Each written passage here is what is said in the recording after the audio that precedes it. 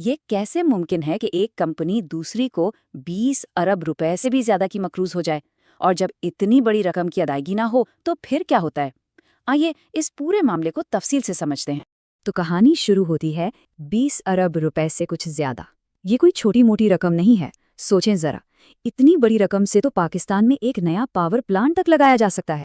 لیکن یہ صرف کوئی عام ہندسہ نہیں ہے، یہ ایک بہت بڑے کارپوریٹ تنازع کا مرکز ہے، ایک ایسا تنازع جس میں ملک کی بجلی کی فراہمی تک متاثر ہونے کا خطرہ ہے۔ اس پورے معاملے کے مرکز میں ہیں توانائی کے شعبے کے دو بڑے نام، جو پاکستان کے انرجی سیکٹر کے مستقبل پر ایک دوسرے کے سامنے کھڑے ہیں۔ تو ایک طرف ہے گیس سپلائی کرنے والی کمپنی یعنی SNGPL، اور دوسری طرف ہے ان کا صارف، ایک پاور کمپنی LEDPL۔ SNGPL نے آپ کہہ سکتے ہیں کہ ایک حتمی نوٹس دے دیا ہے، سیدھا الٹیمیٹم، کہ اگر یہ بھاری قرض ادا نہ کیا گیا تو پاور پلانٹ کو گیس کی سپلائی کاٹ دی جائے گی۔ اچھا، بل تو سب کے ہی جمع ہوتے ہیں، لیکن سوال یہ ہے کہ بات 20 ارب روپے تک آخر پہنچی کیسے؟ آئیے ذرا اس قرض کی گتھی کو سلجھانے کی کوشش کرتے ہیں۔ یہ قرضہ اتنا زیادہ ہو چکا ہے کہ LDPL کی طرف سے جو تقریباً 3 ارب روپے کی سیکیورٹی ڈپازٹ جمع کرائی گئی تھی وہ اب اس کے سامنے کچھ بھی نہیں۔ مطلب یہ کہ اگر LDPL ادائیگی نہیں کرتا تو SNGPL کو بہت بڑا مالی نقصان اٹھانا پڑے گا۔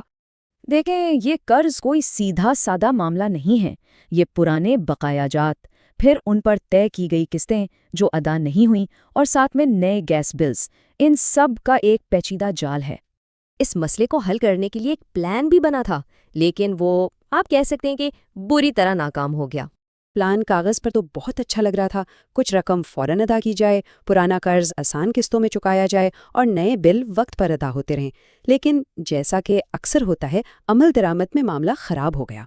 ہوا یہ کہ LDPL نے ایک نہیں، دو نہیں، بلکہ پوری 5 ماہانہ قسطیں ادا ہی نہیں کیں، اور اس کے ساتھ ساتھ اپنے نئے بلوں کی ادائیگی میں بھی پیچھے رہ گئے۔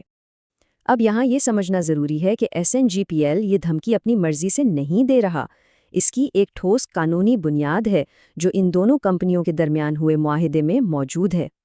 دیکھیں، ان کے معاہدے میں صاف صاف لکھا ہے کہ اگر ادائیگی میں ڈیفالٹ ہوتا ہے تو SNGPL صرف 7 دن کا نوٹس دے کر گیس کی سپلائی بند کر سکتی ہے۔